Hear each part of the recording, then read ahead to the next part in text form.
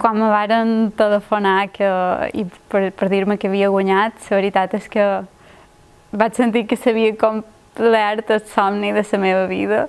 Vaig començar a plorar com si...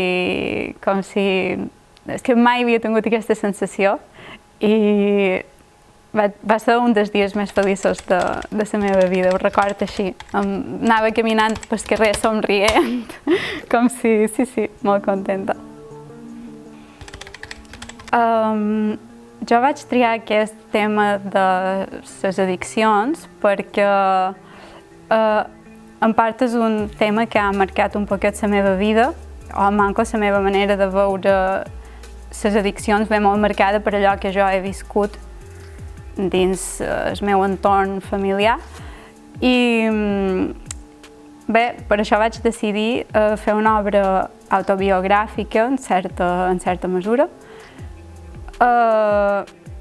i contar una miqueta aquesta experiència des dels diferents punts de vista, perquè trobo que també és un tema important dels quals se n'ha de parlar i s'han de conèixer les diferents perspectives que potser sempre se coneix només des de la part de la persona que ho ha passat més malament, però no des de la part de la persona que ha tingut l'addicció o al contrari, i a mi me va fer ganes donar un poquet les diferents perspectives.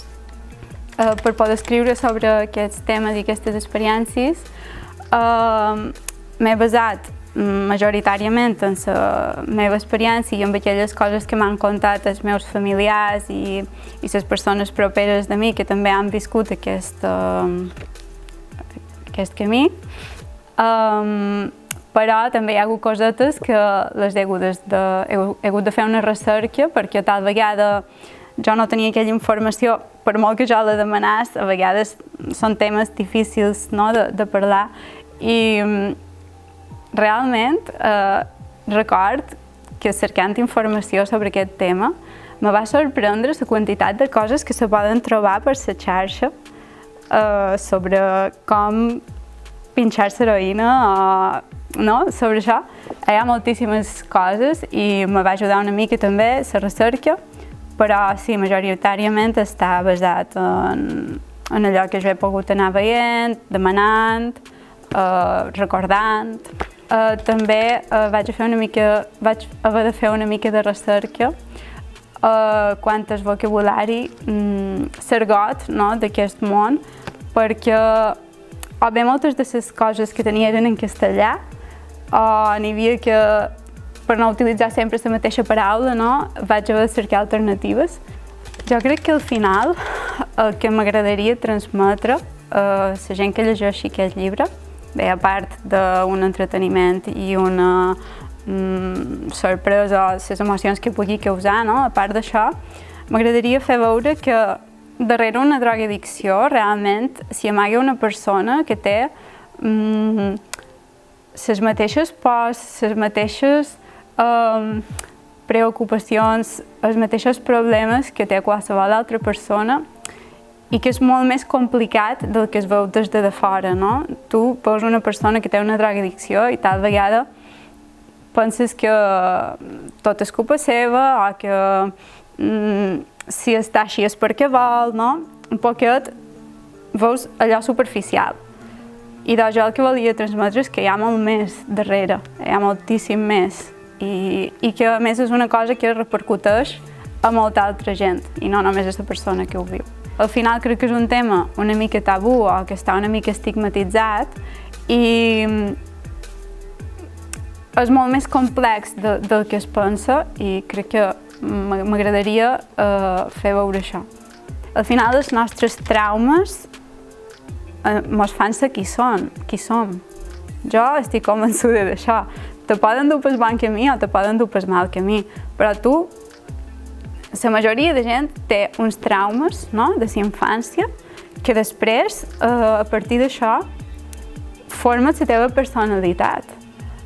La pots formar a partir de lluitar contra aquests traumes i anar pel bon camí, com dèiem, però també la pots formar fugint d'aquests traumes i anant per un camí com els de les addiccions, per exemple. La veritat és que no sé en quin moment va sorgir aquest títol. Evidentment hi havia una part irònica, no?, de dir el títol és dels dies bons, però tu quan el llegeixes no estàs trobant allò que t'havia indicat el títol, estàs trobant tot el contrari, no? És un llibre una mica dramàtic, no és res optimista, que diguem. Però en part sí que té un sentit, aquest títol.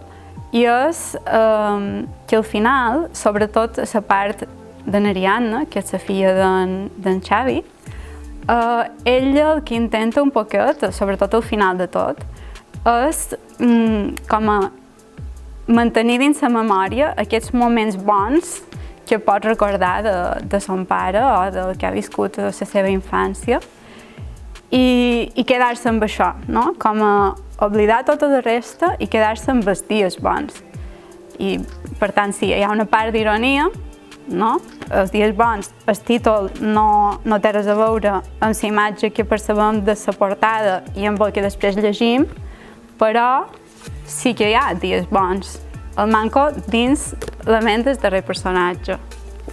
Els dies bons conta la història d'en Xavi, des de la seva infància fins que coneix na Martina i fins que tenen una filla, que és n'Ariadna. Conta sobretot l'addicció d'en Xavi i com la viuen després na Martina i n'Ariadna. Està contat a partir de 3 veus narratives. En Xavi, na Martina, que és la seva dona, i n'Ariadna, que és la seva filla. Tots 3 conten una mica la seva vida, però sempre estan relacionats per l'addicció d'en Xavi a les drogues. No vos puc dir que aquest llibre vos agradarà, però sí que vos puc dir que vos farà sentir moltíssimes emocions diferents. Algunes d'elles tal vegada no gaire bones, una mica incòmodes, però sí que vos farà sentir que esteu dins del llibre amb els personatges, com si ells vos contassin la seva història i vos enganxarà seguríssim, igual que els personatges estan enganxats cada un a la seva manera a les seves pròpies addiccions.